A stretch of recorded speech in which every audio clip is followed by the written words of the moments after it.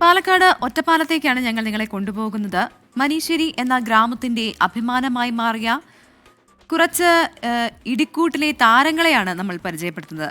ഗോവയിൽ വെച്ച് നടന്ന ദേശീയ കിക്ക് ബോക്സിംഗ് ചാമ്പ്യൻഷിപ്പിൽ കേരളത്തിന് വേണ്ടി 3 സ്വർണ്ണ മെഡലുകളും 1 വെള്ളി മെഡലും നേടിയ നാട്ടിൽ താരങ്ങളായി മാറിയ 3 പെൺകുട്ടികൾ.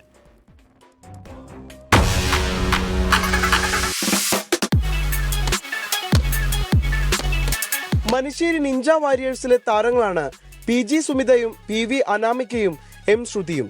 വനിതകളുടെ ring fight, musical form, kick light എന്നീ ഇനങ്ങളിലാണ് 4 അംഗ സംഘം കേരളത്തിനായി കളത്തിലിറങ്ങിയത്. 28-കാരിയായ സുമിതയുടെ കീഴിൽ പരിശീലിച്ചവരാണ് ശ്രുതിയും അനാമികയും.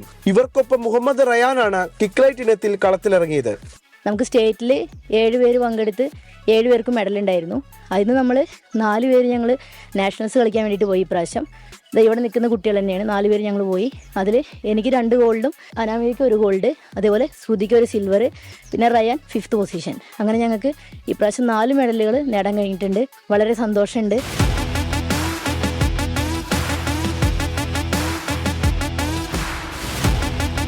കരാട്ടയിലും ബോക്സിംഗിലും കിക്ക് ബോക്സിംഗിലുമെല്ലാം പയറ്റിത്തെളിഞ്ഞ സുമിത കഴിഞ്ഞ വർഷമാണ് ദേശീയ മത്സരത്തിൽ കന്നി അംഗത്തിനിറങ്ങിയത്.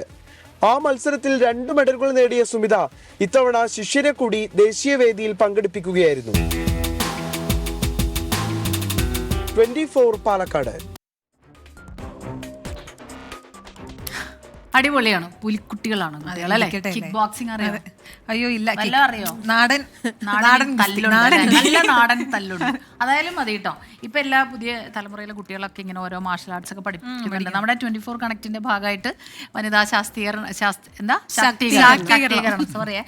ശാക്തീകരണത്തിന്റെ ഭാഗമായിട്ട് നമ്മൾ ഇതൊക്കെ ചെയ്യിപ്പിക്കുന്നുണ്ട്. ശാസ്ത്രീയമായി ശാക്തീകരിക്കുക എന്ന് പറയുന്നത് ശാസ്ത്രീകരണം എന്ന് വേണമെങ്കിൽ എന്തായിരുന്നു.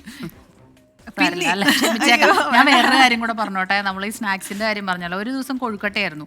അപ്പൊ എല്ലാവരും കൊഴുക്കട്ട മാത്രമേ ഉള്ളൂ എന്ന് ചോദിച്ചു. ഇന്ന് ഞങ്ങൾക്ക് എന്താണ് ഏലാഞ്ചി എന്ന് പറയും. ഏലാഞ്ചി, അത് മലബാറിലെ കോഴിക്കോട്ടുകാരുടെ പലഹാരമാണ്. അതായിരുന്നു. അപ്പൊ ഇടവേളയുടെ സമയത്ത് ഞാനത് ഒരെണ്ണം എടുക്കാൻ പോയപ്പോഴേക്കും അടുത്ത വാർത്തകളുടെ സമയമായിരിക്കുന്നു. കുറച്ച് കഴിയുമ്പോൾ പോവും.